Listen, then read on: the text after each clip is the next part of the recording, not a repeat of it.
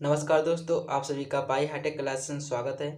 इस वीडियो के माध्यम से आज हम जानने वाले हैं कि ट्रांसफार्मर में हमिंग साउंड क्यों उत्पन्न होती है और इसके साथ साथ हम जानेंगे कि कितने केवीए के ट्रांसफार्मर में कितनी हमिंग साउंड उत्पन्न हो सकती है तथा लास्ट में जानेंगे कि किसी भी ट्रांसफार्मर में हमिंग साउंड को कम करने के लिए हम कौन कौन से उपाय कर सकते हैं। तो बिना देर किए हुए चलिए हम वीडियो को स्टार्ट करते हैं।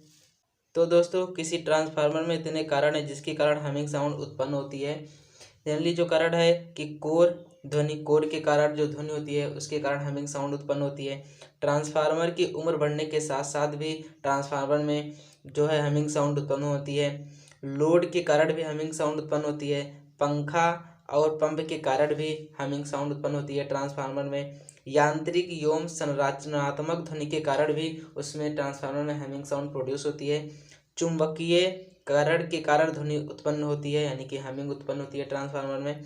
और ध्वनिक अनुनाद ये भी एक कारण है जिसके कारण ट्रांसफार्मर में ध्वनि उत्पन्न होती है। ये इतने भी कारण है, इतने ज़्यादा मात्रा में हमिंग साउंड प्रोड्यूस नहीं करते हैं, इसीलिए इतना इम्पोर्टेंट नहीं है। इनमें से सबसे ज़्यादा इम्पॉर्टेंट है हमारी कोर ध्वनि, क्योंकि कोर के कारण ही ट्रांसफार्मर में सबसे अधिक ध्वनि उत्पन्न होती है। तो हम आज इसी के बारे में अध्ययन करेंगे। दोस्तों, जो हमारा ट्रांसफार्मर होता है वह एक स्टैटिक डिवाइस है, जैसा कि आप सभी लोग जानते हैं कि इसमें कोई मूवेबल पार्ट नहीं होता है। फिर भी जो हमारा ट्रांसफार्मर होता है उसमें हमिंग साउंड क्यों प्रोड्यूस होती है। दोस्तों, जो हमारा ट्रांसफार्मर होता है, ट्रांसफार्मर में हमिंग साउंड मेनली एक मैग्नेटोस्ट्रिक्शन इफेक्ट होता है, इसी के कारण जनरेट होता है। यह नाम आपको बहुत ही टफ लग रहा होगा, लेकिन अगर आप इस वीडियो को लास्ट तक देखते हैं तो ये आपको समझ में आ जाएगा कि मैग्नेटोस्ट्रिक्शन प्रभाव क्या होता है। जनरली मैग्नेटोस्ट्रिक्शन प्रभाव में क्या होता है कि कोई भी हमारा मैग्नेटिक सब्सटेंस अगर आप ले लेते हैं, जैसे कि हमारा स्टील हो गया या फिर हमारा आयरन हो गया, तो अगर इस पर हम मैग्नेटिक फील्ड अप्लाई करते हैं, मैग्नेटिक फील्ड जब हम इस पर अप्लाई करते हैं तो यह एक बार सिकुड़ता है तथा एक बार फैलता है। तो इसके कारण क्या होता है कि इसका जो स्ट्रक्चर रहता है या फिर इसका जो शेप रहता है, इसका जो डायमेंशन रहता है वह चेंज हो जाता है। इसी को हम मैग्नेटोस्ट्रिक्शन प्रभाव कहते हैं। दोस्तों, हम लोगों ने समझ लिया कि मैग्नेटोस्ट्रिक्शन इफेक्ट क्या होता है। अब इसको हम समझ लेते हैं कि यह ट्रांसफार्मर में कैसे वर्क करता है। जब हम किसी ट्रांसफार्मर को एसी सप्लाई से कनेक्ट करते हैं तो क्या होता है कि जो ट्रांसफार्मर में हमारी कोर रहती है, कोर भी हमारा मैग्नेटिक सब्सटेंस से बना होता है, जैसे कि हमारा स्टील हो गया, आयरन हो गया या फिर सिलिकॉन हो गया। इससे जो हमारा मैग्नेटिक कोर रहता है बना रहता है। तो हमारा मैग्नेटिक कोर जो है एक मोटा सा नहीं रहता है, बल्कि ये अलग अलग शीट रहती है जिसे लेमिनेटेड करके बनाया जाता है। जब हम इसमें एसी सप्लाई अप्लाई करते हैं तो इसमें भी मैग्नेटिक फील्ड जनरेट हो जाता है। मैग्नेटिक फील्ड जनरेट होने के कारण इसमें क्या होता है कि जो हमारी ये सीट रहती है, ये एक एक सीट रहती है, एक बार सिकुड़ती है और एक बार फैलती है। ये एक बार सिकुड़ती है और एक बार फैलती है, जिसके कारण इसमें भी मैग्नेटोस्ट्रिक्शन प्रभाव जनरेट हो जाता है और हमारी कोर सिकुड़ने और फैलने के कारण इसमें एक हमिंग साउंड उत्पन्न होती है, जो हमें ट्रांसफार्मर में बाहर से हमें सुनाई देती है।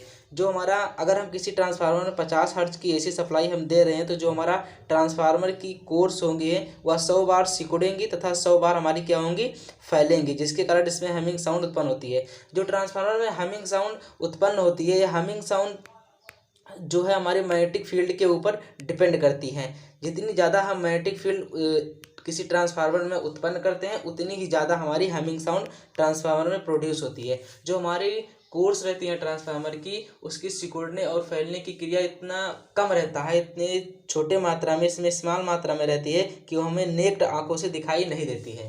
दोस्तों, वो हम आगे जान लेते हैं कि कितने केवीए का ट्रांसफार्मर कितने डेसिबल का साउंड उत्पन्न कर सकता है। ये हमारा ड्राई ट्रांसफार्मर के लिए है, जो घरों के अंदर जनरली लगता है। इस तरफ हमारा दिया गया है कि केवीए में ट्रांसफार्मर की साइज दिया गया है 150 डिग्री सेल्सियस पर, और इधर हमारा दिया गया कितने डेसिबल जो है हमारा कोई भी साउंड की जो हमारी वैल्यू होती है उसे डेसिबल में मापा जाता है, कितना डेसिबल साउंड उत्पन्न करता है। तो हम देख लेते हैं कि यहाँ पर अगर 0 से 9 केवीए के बीच हमारा ट्रांसफार्मर है तो वह 40 डेसिबल का साउंड उत्पन्न कर सकता है। अगर हमारा 10 से 50 केवीए का ट्रांसफार्मर है तो 45 डीबी का पर हमारा साउंड प्रोड्यूस कर सकता है। अगर 51 से 150 है तो 50 डीबी का साउंड उत्पन्न करेगा। 151 से 300 केवी का ट्रांसफार्मर है तो 55 डीबी का साउंड प्रोड्यूस करेगा। 301 से 500 केवी का ट्रांसफार्मर है तो हमारा 60 डेसिबल साउंड उत्पन्न करेगा। अगर 501 से लेकर के 700 केवी का है तो 62 डीबी हमारा साउंड उत्पन्न करता है। अगर 701 से लेकर के 1000 kVA का ट्रांसफार्मर है तो हमारा 64 dB साउंड उत्पन्न करता है।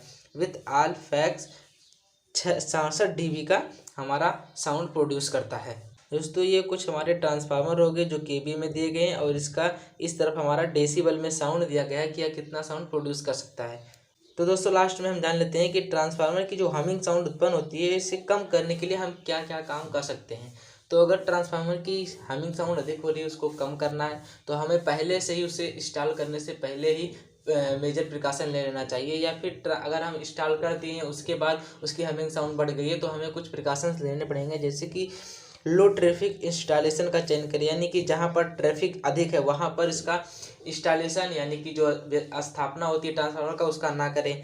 कोनों, सीढ़ियों और गलियारों से बचे, ऐसी जगह पर ट्रांसफार्मर को ना स्थापित करें।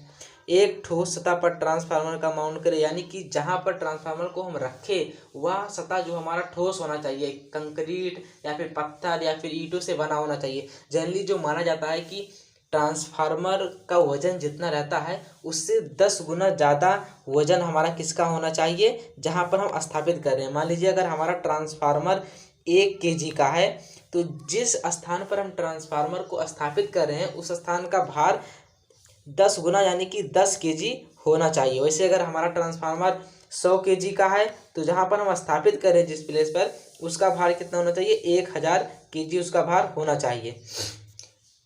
थर्ड जो हमारा दिया गया है, वाड़ों पर बोल्ट को कस ले, यानी कि जो ट्रांसफार्मर के हमारे बोल्ट हैं, चाहे वह फाउंडेशन वाला बोल्ट हो या फिर कई पत्तियों का बोल्ट हो या फिर जो उसकी बॉडी कसी रहती है उसका जो बोल्ट हो कस ले, क्योंकि अगर बोल्ट नहीं कसे रहेंगे तो भी हमिंग साउंड अधिक उत्पन्न होती है। दोस्तों इस वीडियो में मैं बस इतना ही कंटेंट लाया था। मुझे आशा है कि आप सभी लोगों को मेरा कंटेंट एवं वीडियो पसंद आया हो। अगर आप लोगों को वीडियो और कंटेंट पसंद आया हो तो प्लीज़ चैनल को सब्सक्राइब, लाइक एवं शेयर करना ना भूलें। Okay, thank you.